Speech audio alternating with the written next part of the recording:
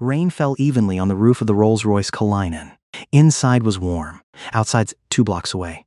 A woman was walking. Her shoes were flooded with water. Step by step, slow, heavy, not stopping. Desmond Calloway did not know her name. He only knew one thing. For 20 years he still believed so. People only reveal their true nature when they think no one is watching. That belief had become his ritual. It made a man owning a $3,900,000,000 transport empire sit still in the car, following a candidate for a $54,000 a year position. He did not know that woman also carried a belief of her own, that if she stopped, even for just 1 second, she would no longer have enough strength to step forward. "Continue following, sir?" Reggie asked, eyes glancing through the rearview mirror. Desmond did not answer immediately. He looked at the small shadow gradually fading behind the curtain of rain. An old question surfaced in his head, a question he had never spoken out to anyone. He did not stop the car, but he did not take his eyes off. If you are also no less curious than Desmond at that moment, follow the channel to not miss the ending of this story. And now, let us turn back 3 hours before that moment, to see who the woman in that curtain of rain is. 3 hours before that. The clock in the small apartment of Odell Marsh only just struck 4:15 in the morning. Renata Cole had woken up. She did not set an alarm. She did not need to. Fear woke her up on time, silent and sharp as always, sitting pressing on her chest like a rock just fallen down in the darkness. She lay still for 7 seconds. She always counted to 7.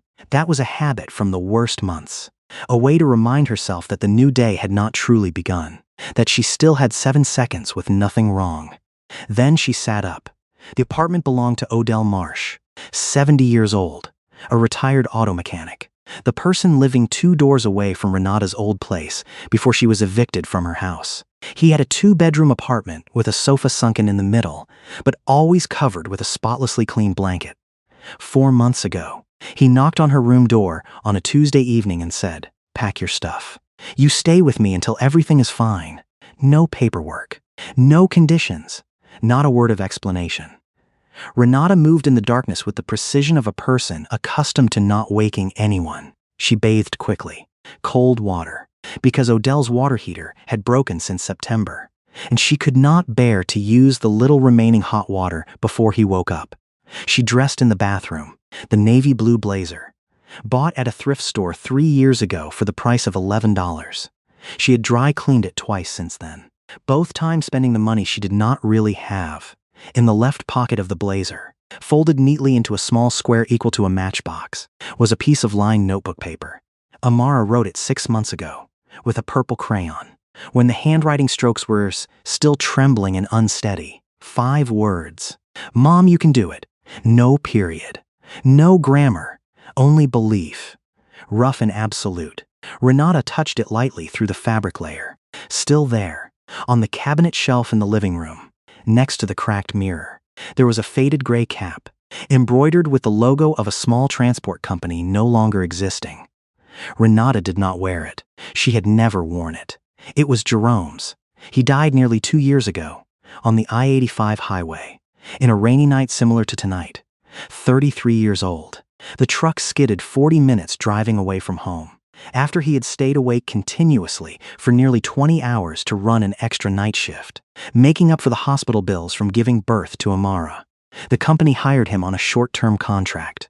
No life insurance. Not a single word of apology other than a call reporting the news and a box of personal belongings sent back 3 weeks later. Renata did not cry every time looking at the hat. She only looked at it, like looking at a reminder that labor, the only thing she still had to sell, could also take away a human life without anyone having to bear responsibility. She checked the phone. 2 notifications. The first one was a weather warning. Heavy rain lasting until noon. Flash flood warning for the Mecklenburg area. The second one came from the Charlotte Public Transport System. Route 54, the only bus route running from the East Charlotte area into the center, had been temporarily suspended because of the weather. Not yet clear when it would operate again. Renata looked at the screen for exactly 4 seconds. Then she opened the banking app. Balance $6.40. She checked Uber. The cheapest ride to Callaway Freight headquarters was $18.12. Lyft reported $19.75.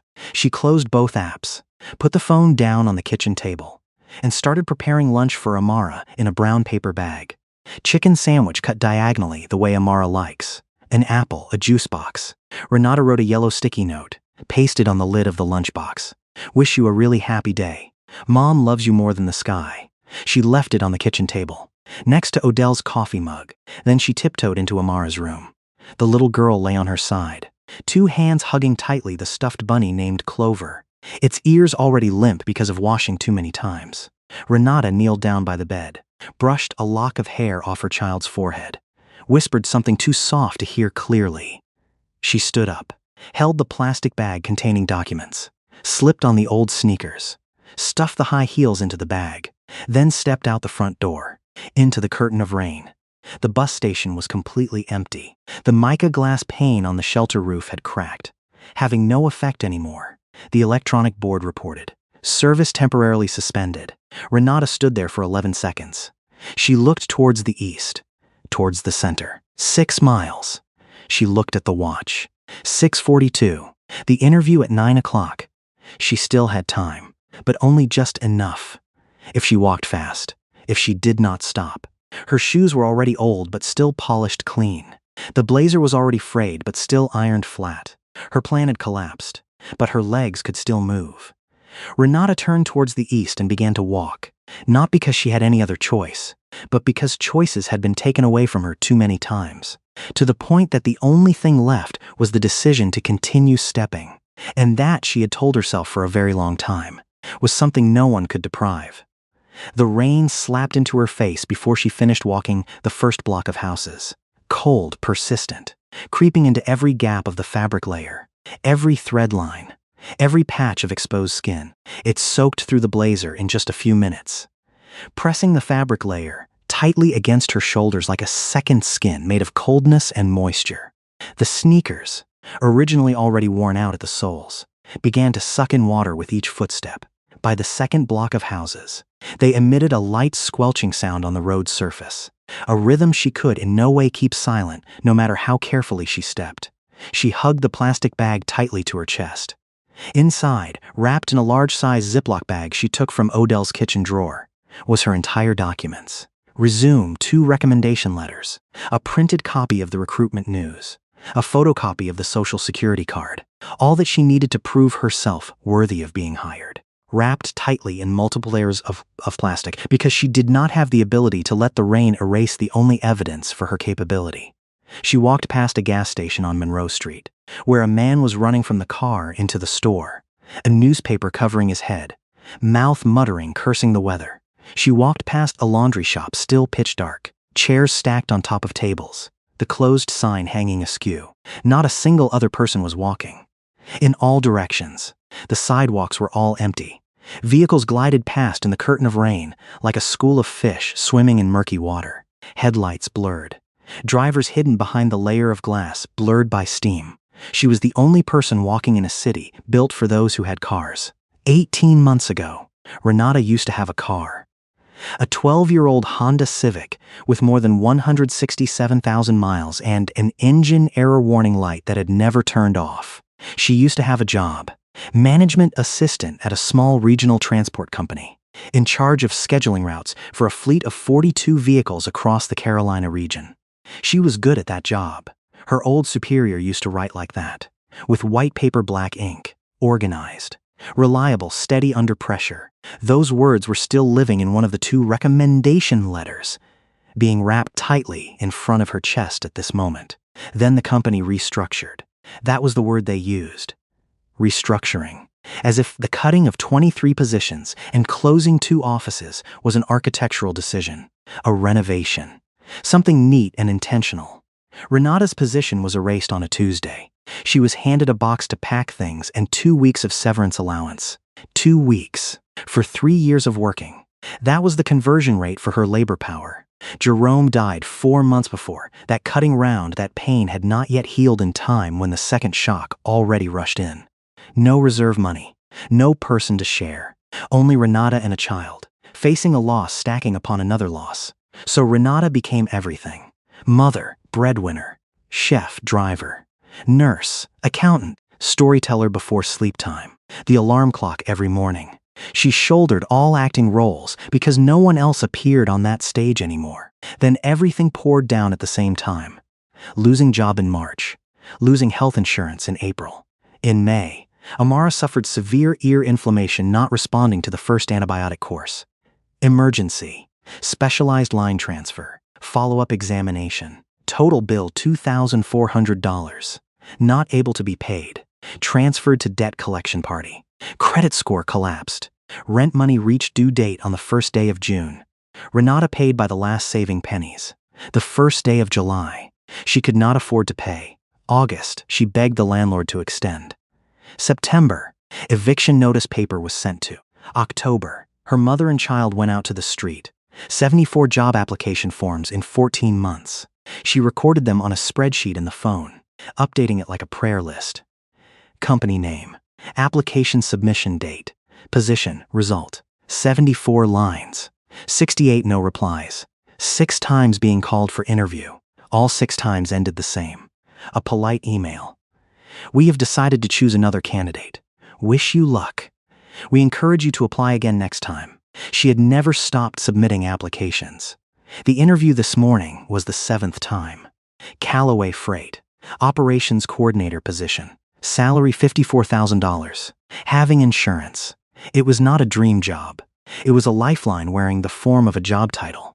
The rain poured down stronger. Renata's left shoe started to emit a louder sound, a slapping sound instead of a squelching sound. She switched hands holding the plastic bag. Her arm ached because of hugging it close to the chest for too long. Her fingers began to numb stiff. But in the blazer pocket, folded small and warm thanks to her body heat, 5 purple words still kept her legs moving. Mom, you can do it. The 7th time. Number 7 must be different. By the 2nd mile, her body started sensing signals she had no ability to listen to. The cold had surpassed the skin layer, eating deep into the muscles. Her shoulders ached because of holding the plastic bag close to the chest. The blazer, now already soaking wet, hung heavily on her shoulders like a wet blanket squeezed over a hanger made by zinc wire. She had not eaten breakfast. The last 2 eggs had lied in Amara's lunchbox. The last granola bar was also like that. That was the equation every morning. Feed the child first. How much left is hers? Most of the mornings. Nothing was left. Her stomach writhed up. A dull pain, tightening along with each block of houses. She breathed through the pain, like the way she breathed through everything else. Inhale through the nose. Exhale through the mouth. Continue to step. Then that car rushed towards. A silver SUV sped too fast in the right lane, rolling over a puddle as big as an entire children's swimming pool. And a wall of dirty water rose up from the curb. It slammed straight into Renata from the waist down. Cold, dirty, full of grit water, soaking through the trousers, splashing even onto the blazer. Dripping down the plastic bag, she was hugging like a shield. She stopped. 3 seconds. She stood motionless for exactly 3 seconds. Eyes squeezed shut, fists clenched tight, rain lashing into her face. Every nerve in her body screamed out the same word. Stop, stop. Stop stepping. Stop trying. Stop pretending that this time will be different from all the previous times. 3 seconds. Then she opened her eyes, looked down at the plastic bag, slightly opened the knot just enough to check. The Ziploc bag inside was still sealed. The documents were still dry. Resume, recommendation letters, recruitment news. All were still intact. She was soaking wet from head to toe, freezing cold, exhausted, hungry, having just been humiliated by a stranger without them even knowing. But the only important thing was still protected. That was the equation. It was always such an equation. She could collapse. The papers could not. Renata tied back the bag knot, placed it back close to her chest, and continued stepping. If I stop, nothing changes. If I continue stepping, perhaps everything will be different. She repeated it in her head like a drumbeat, 1 sentence for each footstep. She crossed Independence Avenue at the 3rd mile. The intersection was wide and empty, having no building blocking the wind. For 30 seconds, rain slapped straight into her face, splashed into her left ear, blurring her vision. She hugged the bag tighter, leaned into the wind like a sailor leaning into a storm. The phone vibrated in her back trouser pocket. Renata almost did not answer the phone. Her fingers were already numb, stiff, and clumsy, and the act of pulling the phone out meant having to transfer the plastic bag to one hand, letting the documents be exposed to the rain in the few seconds needed to look at the screen. But the name popping up was Odell. She stood huddled into the narrow aluminum awning of a closed barber shop. It did not cover much, only about 40 centimeters, enough to turn the torrential rain into a drizzle. She leaned her back against the locked door, pressed to answer the phone. "Hello, Mr. Odell. Is everything fine?" "All fine, child. Amara has woken up. The little girl is eating breakfast. She wants to talk to you before I take her to school." A rustling sound, then a small, clear voice, not entangled with any bit of coldness or darkness or the poverty equation dictating every other part in Renata's life. Mommy. Renata closed her eyes. "Hello, my daughter." "Mommy, is it raining, Mommy?" Renata looked out at the street. Water poured into thick streams from the gutter. A trash can had been blown over by the wind. The sky was dark like evening, not morning. The rain fell so hard it created a roar, a layer of white noise swallowing all other sounds. "Only a little bit, child," Renata said. Her voice did not tremble. She did not allow it to tremble. "Mommy, don't forget to bring an umbrella, okay?" Amara said. Renata pursed her lips, swallowed down once, then twice. "I do not forget, child. Do you get the job, Mommy? I will try my best. I wrote you a piece of paper. Have you brought it along?" Renata's free hand moved up to the left pocket of the blazer. Through the wet fabric layer, she felt the small folded piece of paper, still there, still dry thanks to her body heat. "I brought it already," she whispered. "I always bring it along. So good because you can do it. I wrote that for you to remember." "I remember. Daughter, every day I always remember. Yes, I love you more than the sky." Renata opened her mouth. No sound was emitted for 2 full seconds. Then softly, like a prayer spoken to no one and to everyone at the same time, she said, "I love you more than the sky and all the stars in it." The call ended. Renata removed the phone from her ear, stood under the aluminum awning for 5 more seconds, wiped her face with the back of her hand. Rainwater or tears? No longer important. The result was still the same: wet skin, stinging eyes, and a reason to continue stepping that no storm in the world could wash away. She stuffed the phone back into the trouser pocket, transferred the plastic bag to both hands, stepped out of the awning, and walked faster than before. 6:14 in the morning, Desmond Calloway sat in the back seat of the Rolls-Royce Cullinan, not heading towards the headquarters. He was on the way to the new depot construction site in the eastern suburb, a routine inspection he personally carried out every quarter, without informing anyone in advance. The car stopped at a red light at the intersection of Monroe and 3rd Street. The rain poured onto the windshield into thick layers, bending the streetlights into blurry orange streaks. He was swiping through the candidate profiles on the tablet, preparing for the final interview round this afternoon. Renata Cole, 31 years old, single mother, used to work as an operations coordinator at a small company in Carolina. A 14-month gap of no employment. No car, no emergency contact other than an old neighbor. On paper, she was the weakest candidate on the list. He had intended to cross her name out of the final round last night, only keeping it because Yvonne Pratt begged to give her a chance. He raised his head right at the moment the red light had not yet changed, and he saw her. A woman walked across the crosswalk in front of the car's nose, head bowed low, 2 hands tightly hugging a plastic bag in front of her chest like shielding a child. The navy blue blazer pasted tightly to her shoulders. The old sneakers, once white, now already gloomy gray because of soaking water. Her face glided past the car window in exactly half a second. But that half a second was enough for Desmond to recognize. The same face in the photo attached to the profile he just viewed last night. The same woman he intended to eliminate. He did not understand why his fingers suddenly tightened around the edge of the tablet. On the shoulder of the plastic bag she hugged, an old sticker piece, almost entirely faded of letters, still faintly had the logo image of a small transport company. Desmond could not read the company name, but he recognized the font style, the stylized truck wheel logo style. The logo type hundreds of small transport companies across Carolina used to use years ago. The company type hiring drivers on short-term contracts. No insurance. No benefits. The company type that Callaway Freight itself had once competed against and swallowed dozens of such names in the past 20 years. Something tightened in his chest. Not exactly a memory, just the shadow of a memory, blurry and cold like steam on the glass. The light turned green. The car behind honked the horn. "Sir," Reggie asked, eyes still looking at the road. Desmond did not answer immediately. He looked after Renata's shadow, gradually fading into the curtain of rain, hands still hugging the plastic bag tightly. Footsteps not slowing down at all, even for just a beat. "Change route," he said, voice lower than usual. "Not going to the depot anymore. Follow that woman. Keep distance. Do not let her see." Reggie glanced through the rearview mirror, not asking any more questions. 11 years of holding the steering wheel for Desmond Callaway had taught him to know when to be silent. The car turned, slowed down, trailing 2 blocks of houses behind a woman, completely not knowing she was being followed. Inside the car, warmth returned in just a few seconds. Outside, Renata Cole endured every single drop of rain. Desmond sat sinking deep into the leather seat, eyes not leaving the tiny figure ahead.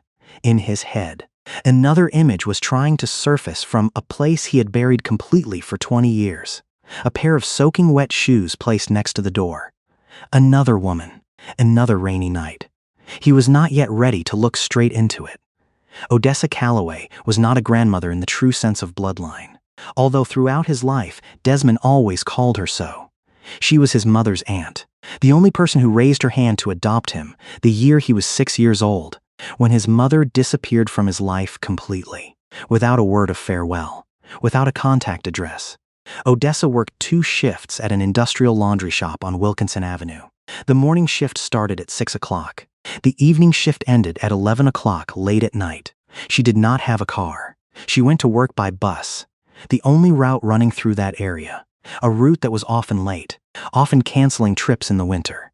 A January night, when Desmond was 12 years old, the bus was 40 minutes late. Odessa stood waiting at the station, under the sub-zero cold. No shelter, no one else waiting with her. People found her collapsed onto the bus station bench at 11:20, having been unconscious for nearly an hour. Passersby thought she was just nodding off because of tiredness. Stroke, the doctor said. If someone had discovered earlier by 30 minutes, perhaps everything would have been different. She lived for 6 more days in the hospital, never waking up completely, then died. Desmond did not remember the funeral clearly. He only remembered her shoes, the black work shoes she wore during the last working shift, returned along with the personal belongings bag from the hospital, still soaking wet when he opened the bag. 3 days after she died. No one stopped. That was the only sentence left in his head throughout 20 years later. Dozens of people had walked past the bus station that night. Not a single person stopped to ask if she was fine. Since then, Desmond built his entire career, his entire life philosophy, around a single belief. Words are free, therefore they are worthless. Only unobserved behaviors speak the truth. That who will stop, and who will continue to go. He had never told this story to anyone at Callaway Freight. Not Yvonne, not Cornelius, not even Reggie, the person who had driven for him for 11 years. The ritual of observing candidates before interviews, the thing the board of directors called invading privacy. To Desmond, that was the only way he knew to redeem a thing he could never fix. The Rolls-Royce kept a distance of 2 blocks of houses behind Renata. Desmond watched her walk past a gas station, a pitch-dark laundry shop, a church parking lot flooded with water to the point of erasing all painted lines. Then he saw it. Her sneakers, every step leaving a dark water trail on the sidewalk, the soles worn to the point of being almost transparent at the heel part. The way she stepped, leaning slightly forward, as if fighting against an invisible weight. The way she hugged the plastic bag close to her chest, not to keep warm, but to protect, absolutely, uncompromisingly, as if the thing inside was more important than her own body. That was not Odessa's image. Odessa had never hugged papers across her chest in the middle of the rain. But there was something in the way this woman refused to stop, an unostentatious endurance, not begging anyone for attention, making Desmond's chest tighten in a way he had no name to call. "Sir," Reggie spoke up, cautious voice. "She is soaking wet already. Outside is only 3 degrees. Can we take her to the office?" No, that word fell heavily in the quiet space of the car. Reggie's hands tightened slightly on the steering wheel, just enough for Desmond to realize. "She does not know who we are," Desmond continued to speak, eyes still glued to the figure ahead. "She does not know she is being followed. That is exactly the crucial point. I need to see what she does when having no audience, when having no reward." He stopped, then added, almost muttering to himself more than to Reggie, "Words are free, therefore they are worthless." He had said that sentence hundreds of times in the board of directors meetings. But this time, when looking at the woman ahead, continuing to step even though the water had soaked to the very bones, that sentence echoed differently in his head, like a scratched music record, suddenly jumping to a note he had never heard before. The Rolls-Royce still rolled slowly behind. Reggie did not say anything more, but he also did not speed up to move away, keeping intact the distance of 2 blocks of houses. Headlights turned off despite the rainy weather. By the 3rd mile, a silver Honda Accord slowly pulled up close to the curb, right next to Renata. The glass window rolled down. A middle-aged woman, curly hair hidden under a rain hat, leaned across the passenger seat. "Child, you are completely wet. Can I take you somewhere?" From inside the car, Desmond saw Renata stop. He saw her glance inside the warm Honda, saw the heat puffing out from the slightly opened glass window, saw her stand there for exactly 3 seconds, as if considering. Then she shook her head. "I thank you," Renata said, voice distinctly hoarse because of the cold. "But I need to finish walking this stretch of road by myself." The woman looked at her for a long while. Not a look of pity, but something almost like a realization. She nodded, pulled the window up, drove away. Desmond sat motionless in the back seat, his jaw clenched tight. "She just refused a free ride," Reggie said, not turning his head back. Desmond did not answer, but inside him, something just collapsed. He had built his entire life philosophy on the belief that only unobserved behavior speaks the truth. He had believed that if observing long enough, he would see people choose the easiest path when no one is watching. But this woman just refused easiness, right before his eyes, not because of pride, but because of a deeper reason he could not yet name. And the question that Reggie posed from the beginning of the morning now returned, sharper, harder to ignore. She could get sick, pneumonia, hypothermia. She did not wear suitable clothes for this weather. "I know," Desmond said, voice almost whispering. "Then why are we still following her?" Desmond did not answer, because the true answer he was not yet ready to speak out. He was following her because she made him stunned, because her refusal to stop went against everything he used to think he understood about humans. But there was another reason, darker, less noble. He was following her because that did not cost him anything at all. He was warm. She was not. He was dry. She was not.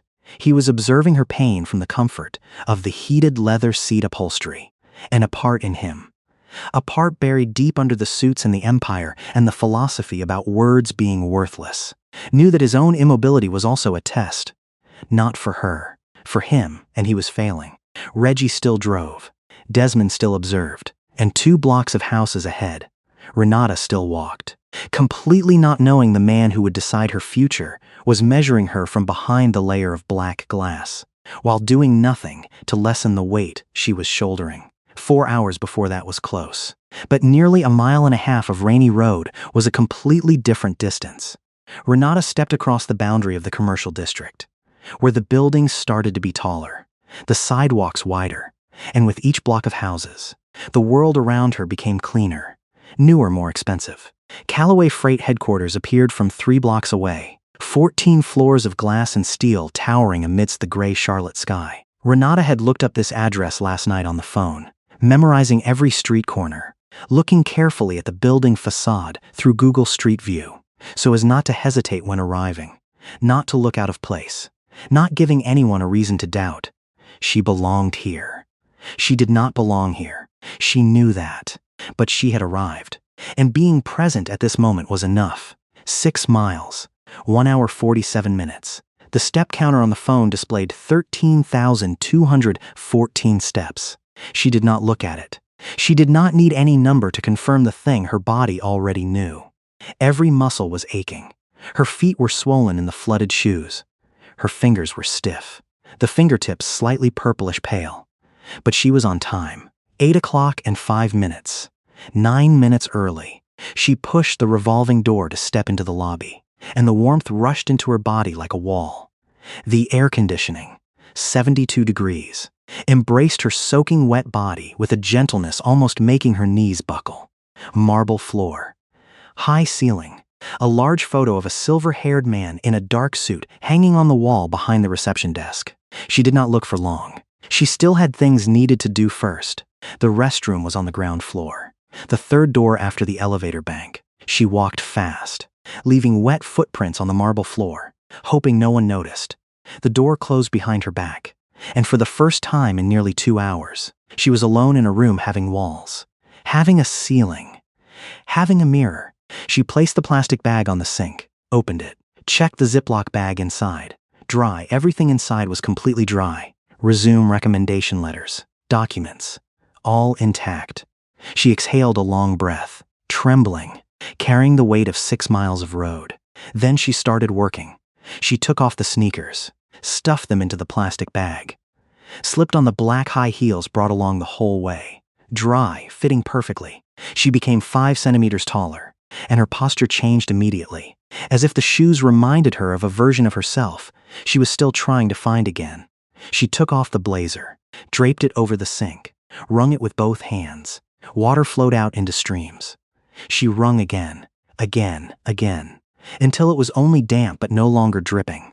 She put it back on, pulled the lapels straight, smoothed the shoulders with her palms. Her hair stuck tightly to her head. She finger-combed it, pulled it back into the tightest low bun possible without needing an elastic band. Found a bobby pin in her trouser pocket. Fixed it, not perfect, but neat, controlled. She looked into the mirror. A woman looked back at her, eyes bloodshot because of the cold wind, skin pale because of exhaustion and low blood sugar. The blazer was darker in color at the shoulders where water still clung, but the posture was straight, the chin level, the gaze steady. Not perfect, far from perfect, but ready. She put her hand into the left pocket of the blazer, took out the small folded piece of notebook paper, purple crayon, 5 words. She read it again once, slowly, like a prayer she had memorized but still needed to be heard again. "Mom, you can do it." She folded it back along the exact old creases, placed it into the left breast pocket of the blazer, on the left, over the heart. Then she held the Ziploc bag, straightened her shoulders, stepped out. The 4th floor was designed to make people feel small. Not exactly intentional, but the effect was still the same.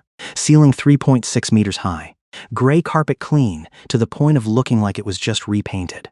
The plush leather chairs whispered about money every time sitting down. A glass table displayed Ready Forbes and Bloomberg Businessweek magazines, arranged neatly into a fan shape.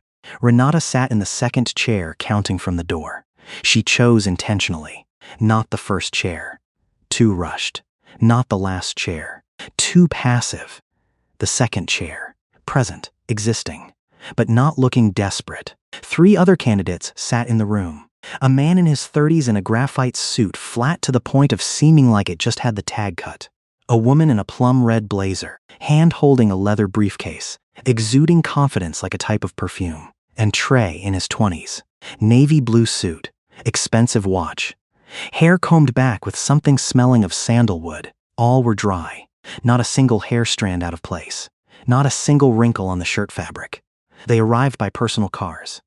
By Uber. By lives having the choice of moving from one place to another without having to drown along the way. Renata was still damp. The blazer was dry enough to look fine from a far distance. But looking closely, the fabric at the shoulders was still distinctly darker colored. Her shoes were dry. Exactly so. Her documents were dry. Absolutely. But her hair was still damp at the nape. And every few minutes, a water drop would roll down the back of her neck, cold and persistent, like a reminder of every mile of road she had walked. Trey noticed first. He leaned towards the plum shirt woman, tilted his body away from Renata, but still kept his voice loud enough to slip into her ears. Did she swim here? A snorting sound. A hand covering the mouth.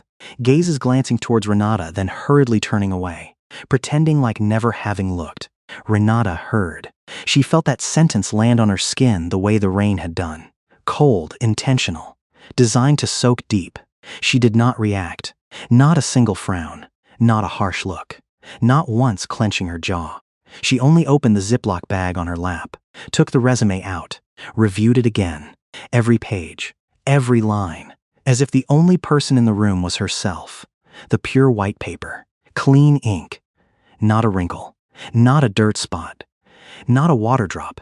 She had hugged it across 6 miles of storm rain, protected by her own body, and it had arrived at the destination in a better condition than Trey's arrogance. Then a receptionist walked over. A woman in her 50s. Gentle gaze. Glasses worn on a beaded chain. "Excuse me, child," she said, stopping in front of Renata's face. Handing out a paper cup with a lid. Steam rose from the gap. "Someone asked me to give this to you." Renata looked at the cup, then looked at her. "I am sorry. Who is it?" "I do not know. Child, I was only instructed to bring coffee over." Black. Renata reached her hand out, receiving it. Her fingers were still cold, still slightly purple, wrapping around the cup like it was the first warm object she touched in many hours, because it was exactly so. "Thank you," she whispered. Her voice broke at the second word, not because of sadness, but because of the shock of unexpected kindness in a room just having someone mocking her for being wet. She smiled, nodded her head, walked away. Renata held the cup with both hands, letting the warmth soak through the paper layer, spread into her palms, up to her wrists, into the chest part where 6 freezing miles had settled like ice. She did not drink immediately. She only held it, the way a person holds something they do not deserve to receive but desperately need. Trey observed from 2 chairs away. No one brought coffee for him. No one brought for anyone else. Only the woman with the wet blazer, dry documents, and the silence refusing to collapse before a room full of people, never having walked 6 miles for anything. The interview room door opened at 9 o'clock in 3 minutes. Her name was called first. The room was smaller than she thought. A rectangular table, 3 chairs on one side, 1 chair on the other side. Her chair, a pre-poured glass of water, a notebook and pen placed neatly beside, as if someone had decided beforehand that she might have something worth recording down. On the other side of the table sat 2 people. Yvonne Pratt, Human Resources Director, blonde hair neatly bunned, eyeglasses, warm but somewhat carefully practiced smile. Beside her, Cornelius Baxter, Vice President of Operations, tall, thin, hair graying at the 2 temples, the type of person reading every resume with a red pen and believing that suspicion is the most useful tool in recruitment. Between them, an empty chair. Renata noticed immediately, noticed the way it tilted slightly towards the table, as if someone sitting there had just left, or was being waited for. She did not ask about it. She sat down, placed the resume on the table, 2 hands interlocked in her lap. Her fingers were still cold.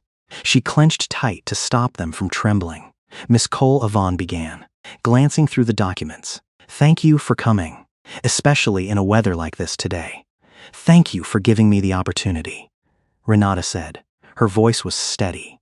She had practiced this opening sentence 40 times before the mirror at Odell's house, 30 more times in her head throughout the walking journey. "I am very happy to be present here." Standard questions followed one another. Tell about her experiences. Describe previous roles. Which software is she familiar with? How does she handle competing priorities? Renata answered every question carefully. She understood logistics. She used to schedule routes for a fleet of 42 vehicles. She understood scheduling software, inventory management, supplier deadlines. Cornelius took notes throughout the session, short, decisive pen strokes. He had never smiled even once. Then he looked up. "Miss Cole, your profile shows a 14-month gap of no employment. That is a significant number." He paused, letting silence do the work instead of words. "And the position you are applying for requires someone who can manage high pressure across multiple regional offices at the same time. What makes you think you can endure that type of pressure?" Renata's hands clenched tight in her lap. Warkie felt the familiar heartbeat of fear. The voice inside spoke up. She did not belong here. She was a faker. She just walked 6 miles to sit in this room with people who would see through her immediately. 3 seconds of silence. Then she spoke up. Mr. Baxter, the past 18 months I have managed a 2-person family with a monthly income equal to 0.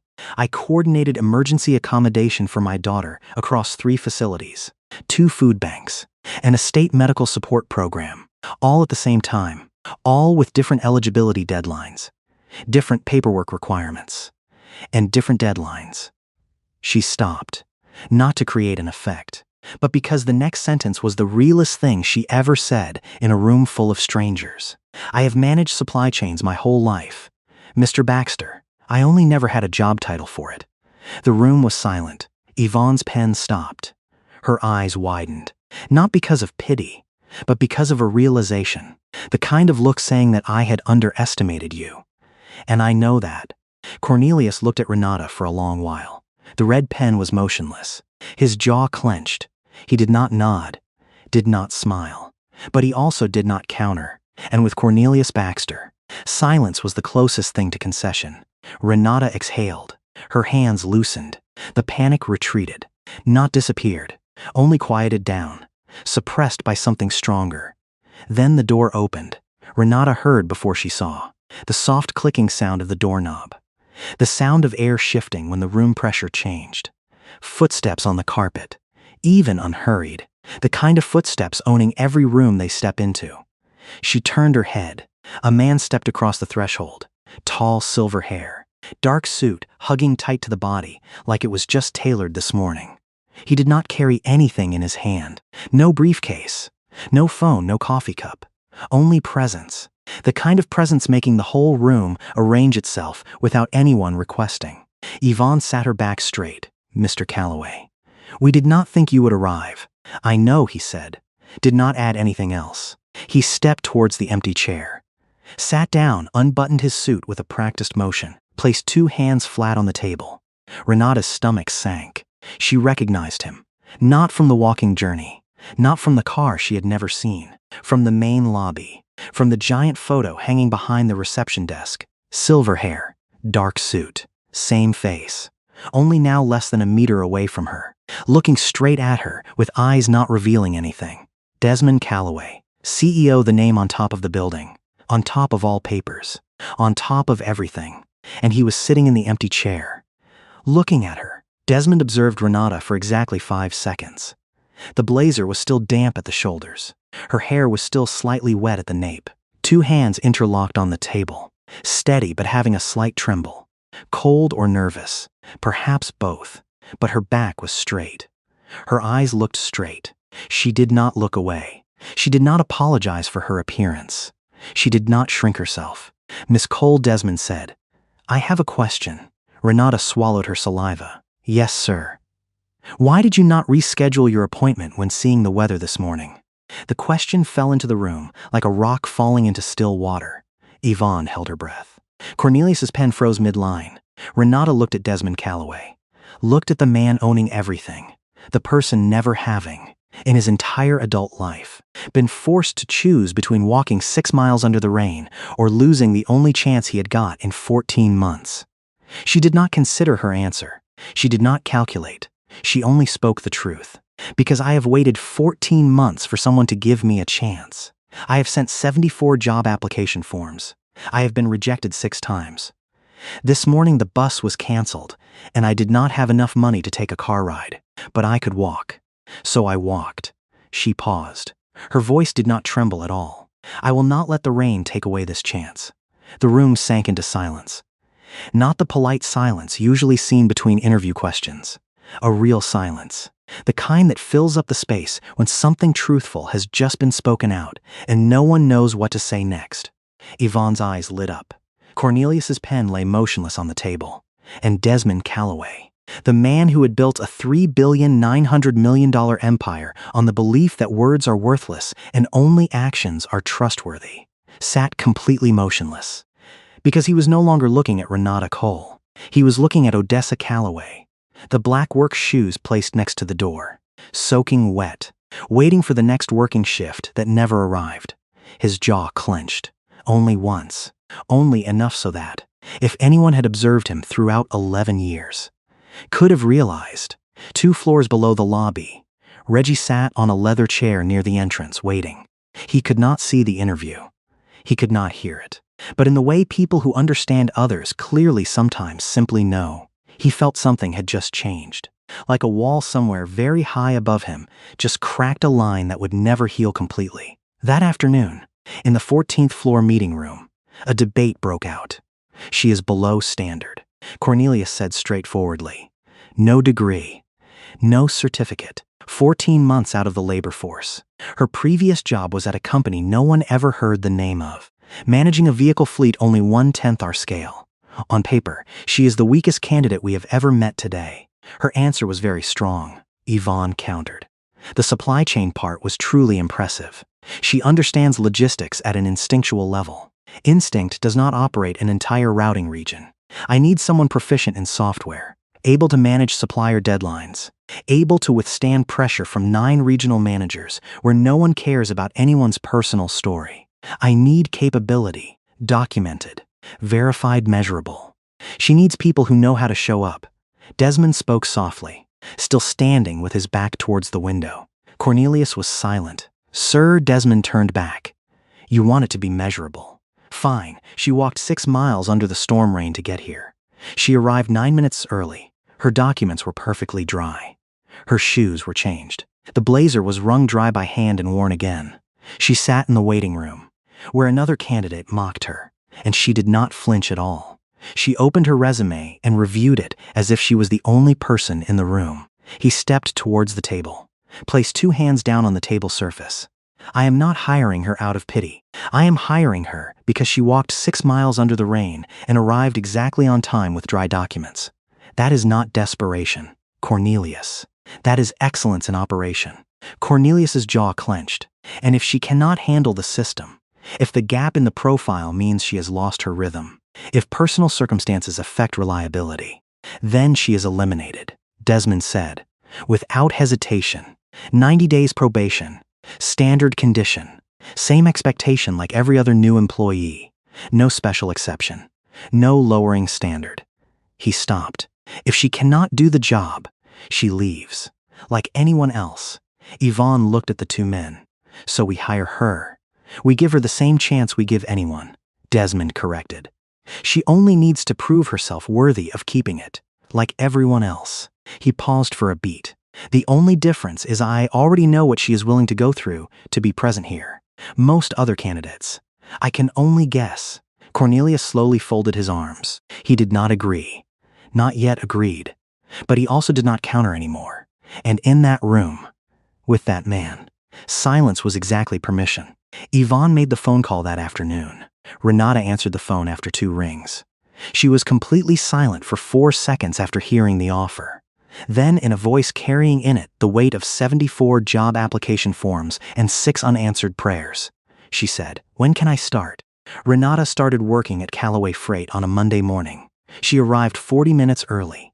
No one requested her to do so. The first week was confusion wearing the guise of orientation. New employee badge, new work desk, a software system she had never seen in her life. An exclusive routing platform named FleetPoint required 3 days of training just to get acquainted with the interface. Steep learning curve, unrelenting pace. Routes needed coordinating across 4 regional centers. Supplier calls started at 7 in the morning. Reports must be completed before 5 in the afternoon. She made mistakes, small mistakes. A shipment code entered incorrectly into the file. A supplier call she forgot to record. A report formatted in the old template instead of the new template. Nothing serious, but enough to be noticed. Enough for the whisperings to begin. Rumors spread across Callaway Freight, the way rumors always spread in large companies. Fast, distorted, unable to trace the true origin. The CEO himself personally hired her. Someone said it was out of pity. Someone said it was worse than that. No one knew the details. Everyone had a hypothesis. Renata felt the gazes in the break room, in the elevator, in group meetings where her contributions were nodded at politely, but no one asked anything more. She was an outsider, an anomaly, the woman who showed up with wet hair on the first day and did not explain the reason. She did not explain anything. She only worked. By the third week, something changed. It started from an anomaly in the routing she noticed when comparing the Tuesday delivery schedule with the Wednesday pickup timeframe at the Piedmont corridor. 3 trucks were dispatched to overlapping areas in the same 4-hour timeframe, creating redundant distance that no one ever discovered because the system processed each route as an independent variable. Renata pulled the data out, calculated by hand herself, because she did not yet trust her FleetPoint skills completely. Cross-checked with the phone calculator during the lunch break. The overlap had caused Callaway Freight to waste $14,000 each month on fuel money, driver man-hours, and redundant fleet wear, lasting throughout at least 2 years. She brought the finding to her team leader, a quiet man named Russell, who had worked at Callaway for 9 years and never once showed surprise about anything. He was surprised this time. "How did you discover this matter?" he asked. "I looked at it the way people look at a budget when having only $6 left in the pocket," Renata said. "I mind every penny that does not need to be spent." Russell submitted to Cornelius Baxter. Cornelius submitted to the operations department. The fix was deployed in 2 weeks. $14,000 each month was recovered. $168,000 each year, found by a woman having just worked for 21 days. 6 weeks after Renata finished her probation period, trouble began. It began the way most troubles in the workplace environment still begin. Not by a confrontation, not by a public denunciation, but by a conversation that should not have been eavesdropped on. Harlan Doyle was a senior regional manager, having worked at Callaway Freight for 14 years, in charge of the Southeast Corridor. He had numbers that always hit the target. He had a corner office on the 12th floor and a reputation for thoroughness, the kind of thoroughness making some respect and others avoid. Harlan believed in process, in paperwork, in measurable, verifiable, quantifiable truth of data.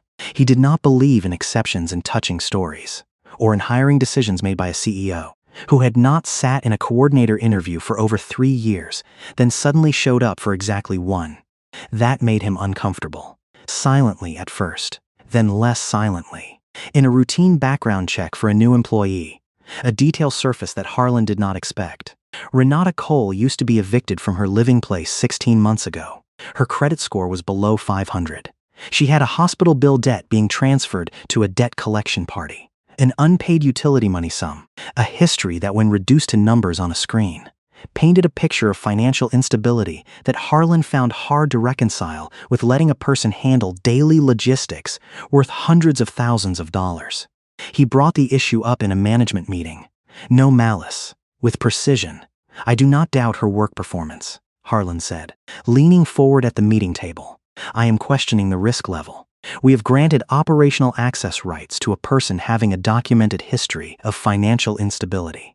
How do we trust a person unable to manage her own finances with the company's logistics operation?"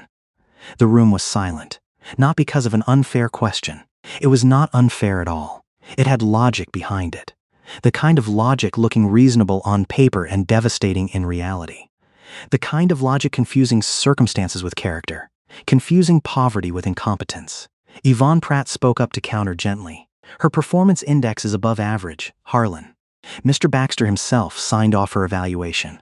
"Mr. Baxter signed off 90 days, Harlan replied. "I am talking about the next 90 days, and the next 90 days after that. Patterns do not lie." He did not speak loudly. He did not need to speak loudly. In a company of 4,000 employees, a senior manager's suspicion spread faster than any memo. Within 2 weeks, Renata realized the change. Not in the work. The work was still exactly the same. The routes, schedules, supplier calls, reports. The thing changing was the atmosphere around the work. A silence in the break room when she stepped in. A pause in a conversation when she joined the group around the coffee machine. Gazes lingering an extra second on the employee badge, on the work desk, on the same face they had looked at for 3 months but suddenly looked at in a different way. She did not know the name Harlan Doyle. She did not know about that meeting. She did not know her credit score had been brought out to discuss in a room of glass walls and expensive chairs by a man never once having been evicted from anywhere. But she knew something had just changed. In the way people know it is about to rain before the first water drop falls down. The air changed differently.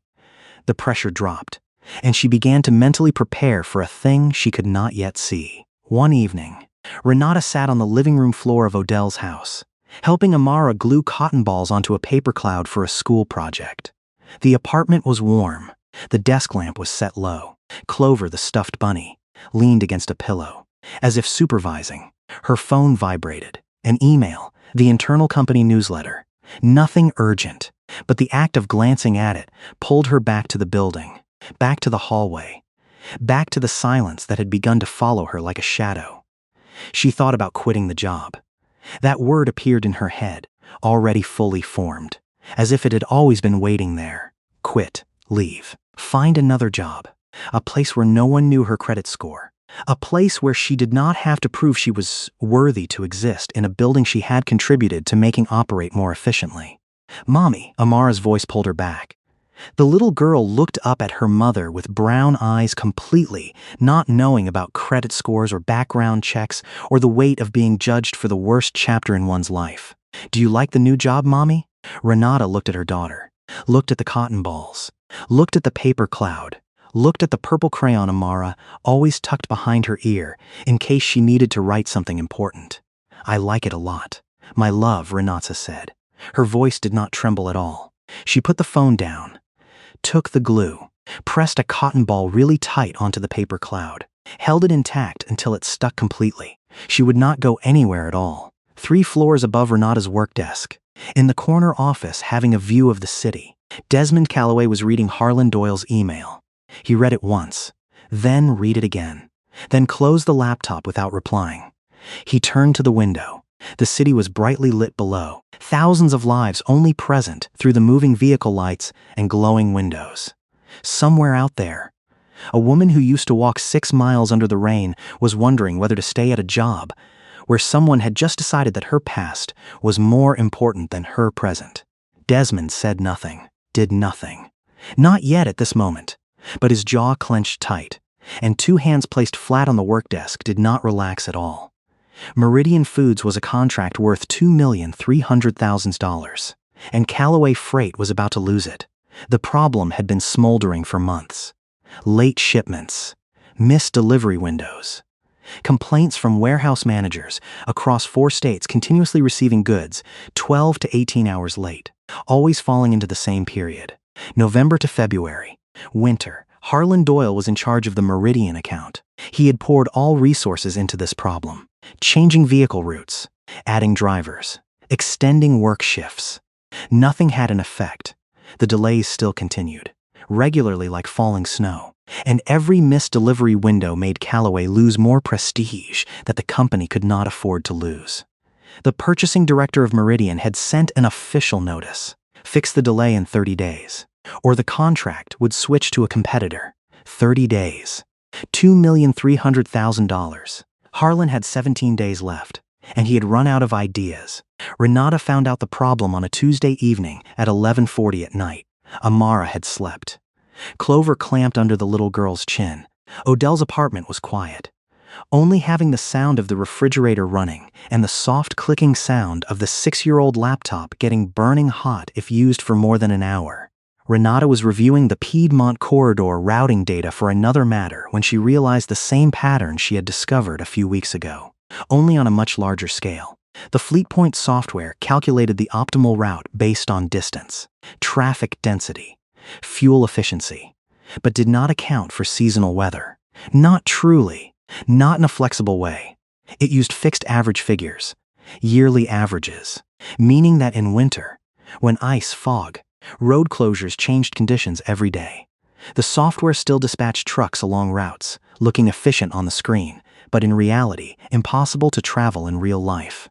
The solution was not complicated. It required integrating a layer of real-time weather data into the routing algorithm, a thing able to be done using an API that Callaway already had the copyright for in another department, but had never been connected with logistics. Renata wrote the proposal in 2 hours, clear, concise, 7 pages, identifying the problem, data evidence, proposed solution, deployment roadmap, expected savings amount. But when writing, Something else crept into every sentence and word. A thing she did not completely intend to put in, but also could not stop. She thought of Jerome.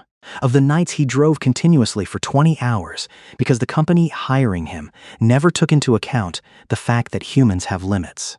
Of the fact that no one ever asked if he was fine before assigning an extra shift. She wrote an additional paragraph at the end of the proposal, a paragraph no one requested, about the fact that incorrect routes in winter conditions not only cost money, but also pushed drivers onto routes more dangerous than necessary, forcing them to drive longer, in worse conditions, to compensate for the system's margin of error. She did not send it straight to Desmond. She did not have his email. And even if she had, the thought of a coordinator with 5 months of seniority sending an email directly to the CEO was like stepping onto a stage she had never been invited to. So she sent it to Yvonne Pratt, accompanied by a single line in the letter. I discovered something in the Meridian routing data. I think it might help. Please let me know if I am overstepping my duties. Yvonne read it the next morning. Read it again once more. Then forwarded it to Desmond, accompanied by a line of her own. You need to see this. Desmond read it on his phone while driving to work. By the time Reggie parked the car in the parking lot, he had read it 3 times. An elegant solution, solid data. And the problem it pointed out was a problem that his entire senior operations team had not discovered for 6 months. The final paragraph, about the driver's safety, made him read slower. Read it again for the 4th time. He summoned Renata into his office at 10 in the morning. She stepped in with the demeanor of a person having just been called by the name hanging on the building, nervous, controlled. 2 hands tightly interlocked in front of her chest, like a student being called up to the principal's office. Did you write this? Desmond asked, holding up the tablet. Yes, sir. Meridian's team will arrive on Friday for the thing they call the final meeting. I want you to present this to them. Renata's face froze. Sir, I am only a coordinator. I have never presented to a client. I have never stepped into any client meeting. You used to be a coordinator. Desmond said. His voice was deep, not harsh, only certain. Now you are the person who found the $2,300,000 problem that my entire senior team missed for 6 months. You found it. You explain it. Friday arrived. The Meridian team sat on one side of the meeting table, 3 executives in dark suits, carrying the characteristic stillness of people who have already decided in their heads. Harlan Doyle sat at the end of the table. Silent, his briefcase was closed shut. He had nothing new to bring out. Renata stood at the front of the room. She wore the exact same navy blazer, ironed flat. Clean, the same blazer she used to walk 6 miles under the rain in. Beside her, the screen projected her proposal. Her hands trembled in the first 30 seconds. Then she began to speak. Not performing, not pitching, only explaining. In the way a person explains a problem they have lived with. In the way a person having spent their whole life looking for the cheapest, fastest, most efficient route to turn nothing into something, explains optimal logic to people having only ever known abundance. She spoke for 14 minutes. When she finished, the room was silent. The purchasing director of Meridian leaned back into his chair, looked at his colleagues, then looked at Renata. When can you deploy this? Harlan Doyle did not say a word. Not during the meeting. Not after that. He packed up his briefcase, adjusted his tie, stepped out of the meeting room without looking at anyone. 2 years later, Renata Cole sat in an office on the 9th floor of Callaway Freight, her name on the door. Operations manager, Southeast Region. 2 promotions in 24 months, each time being built by a quiet consistency, making people forget she used to be the woman with the soaking wet blazer. But she had never forgotten. Her office was simple by Callaway's standard. A desk, a bookshelf, a window facing east. On the bookshelf, between a logistics notebook and a photo frame of Amara on her first day entering 3rd grade, sat a small object visiting guests sometimes noticed but never asked about. Clover, the stuffed bunny, already retired, ears still limp, was placed in there by Amara's own hands because the little girl declared her mother's office needed someone to keep company. Next to Clover, a faded gray cap, the faint logo of a small transport company no longer existing.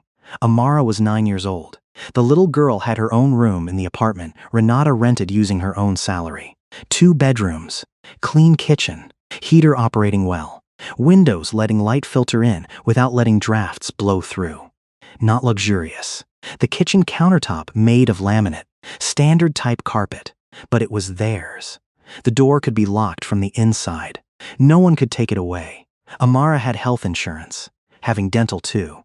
The little girl had her ears checked 3 times in the past year, and every time was fully covered.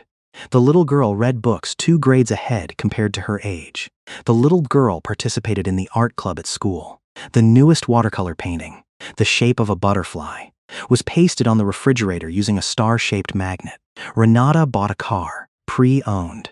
A 10-year-old Toyota Camry with a scratch on the rear bumper she had never fixed because it did not affect the engine. And vanity was still a luxury she ranked below even grocery money. She drove it to work every morning, 19 minutes, from door to door, regardless of the weather. She would never have to walk 6 miles again. But that journey had never left her. Desmond Calloway also changed, although he would never use that word to describe it. He would say he had adjusted methods based on new data. That was the way his brain operated. But the people around him, Yvonne Reggie, even Cornelius Baxter, saw something else. Not exactly softer. More open would be more correct. 8 months after Renata's first promotion, Desmond announced a new internal initiative. He stood before the entire Charlotte office, 400 employees in the main lobby, introducing the program he had silently developed for many months. The Odessa Initiative, a comprehensive recruitment and support program dedicated to single parents from economically disadvantaged backgrounds, including commuting allowance for the first 6 months, a childcare program partnering with 3 local units, a 12-month mentoring roadmap, pairing new employees with veteran employees, resume workshops, interview guidance, and most importantly, a recruitment process evaluating candidates based on proven resilience and transferable skills, instead of solely relying on traditional degrees. The program also had a separate clause, less mentioned in the speech, limiting the continuous driving hours for long-haul drivers in Callaway Freight's contracts, along with an automatic warning system when a driver exceeded the safety threshold. No one in the room knew where the name came from. Desmond did not explain. He stood on the podium, read the details, answered questions, then sat down. Professional, measured, controlled. But Renata knew. She sat in the 3rd row of seats, 2 hands interlocked in her lap, eyes looking straight, and she knew exactly why the program bore that name. When Desmond's gaze glided across the auditorium and stopped at her for exactly 1 second, she nodded. Only once. Only just enough. That was all they needed. 2 humans understanding the origin of something without needing to call its name out. In the small office dedicated to the program on the 2nd floor, there was a glass frame hanging near the entrance. Inside, pressed flat and slightly yellowed, was a neatly folded plastic bag, tied with a knot on top. The type of bag anyone could find in the kitchen drawer of any apartment, in any city. Visiting guests sometimes glanced over it. Most assumed it was some kind of modern art, a visual statement. No one asked its meaning. But if knowing the story, if knowing what that bag used to carry across 6 miles of storm rain, hugged tightly to a soaking wet chest to protect the dry papers inside, people would understand that it was the most expensive thing in the entire building. Not calculated by money, calculated by the price the woman carrying it had had to pay. In the first year, the Odessa Initiative brought 43 single parents into full-time positions at Callaway Freight and Partners. 38 of them were still working after 12 months. 26 people had been promoted at least once. 11 people moved into stable accommodation for the first time in over a year. Numbers on a piece of paper. But behind every number was a morning, a decision, a pair of shoes, a walk that someone had chosen to execute when every reasonable voice told to stop. Desmond Calloway had spent his whole life believing that words are free, and therefore worthless. But the Odessa Initiative was not built on words. It was built on a walk, on a plastic bag, on a woman arriving soaking wet with dry documents, and saying she would not let the rain take away this chance. And that, Desmond had learned, was worth more than anything he had ever built. 2 years after the day she walked 6 miles through the November storm, Renata Cole was driving to work on a Tuesday morning when the sky collapsed down. Not the slow, Even type of rain. Another type of rain. The sudden, fierce personal type, making windshield wipers become useless and streetlights turn into blurry light streaks behind the curtain of water. She was on Independence Avenue, the exact street. The exact stretch she used to walk 24 months ago, in flooded shoes and the blazer heavy because of wetness. The heater in the Camry hummed. The seat was warm. The radio played a gentle song Amara had chosen before getting out of the car into school, still leaving that channel intact because Renata liked driving in her daughter's world. Then she saw her on the sidewalk, walking towards the east. A young woman, perhaps 25 years old, black hair pasted flat to her face, a blazer not fitting at the shoulders, and in her hands, hugged close to the chest, a plastic bag tied with a knot on top, wrapped around something flat. Papers. Renata's foot moved to the brake before her brain could form a thought. The car slowed down, stopped completely. She pulled over to the curb, reached her hand across, opened the passenger side door. The woman looked at her, startled, cautious. Soaking wet. "Get in the car," Renata said. "I used to be in your position." The woman hesitated, looked at the open door, looked at the warm car, looked at the dry seat, looked at the woman behind the steering wheel, with eyes carrying something she could not name but still recognized. She stepped into the car. Renata continued to drive. The windshield wipers kept an even rhythm. The warmth enveloped both people, and for a few blocks of houses, no one spoke up. Then the woman spoke softly. "I have an interview in the city center. I do not have enough money to take the bus." Renata nodded her head. I know she did not explain why she knew. She did not need to explain. There are things only understood between people who used to hug papers through the rain, used to choose walking instead of waiting, used to learn that the distance between the place one is standing and the place one needs to arrive is not measured by miles of road, but by the will to continue stepping when every voice says to stop. Renata drove her to the building, watched her step out of the car into the curtain of rain, adjust her blazer, step through the front doors with a straight back and the bag hugged tight. Then Renata sat back in the car for a while, the engine still running, the windshield wipers still wiping clean the windshield. She thought of Desmond Calloway, of a Rolls-Royce 2 blocks of houses away on a morning exactly like this morning, of a man observing from inside the car without stopping, following instead of helping, watching instead of speaking up. She understood why he used to do so. The test, the distance, the need to see how a person would behave when no one is watching. But she also understood what he had missed. The thing taking 2 years and a walk through a storm for him to learn. People do not need to be tested to prove their worth. Only needing someone to stop the car and say, "Get in the car. I see you already." The distance between where one is standing and where one belongs is not measured by miles of road. It is measured by the number of people willing to stop. Desmond used to observe from inside the car. Renata used to walk through the rain. But in the end, it was Renata who taught him the most expensive lesson in life, that the test we design for others, in the end, is always the test dedicated for ourselves.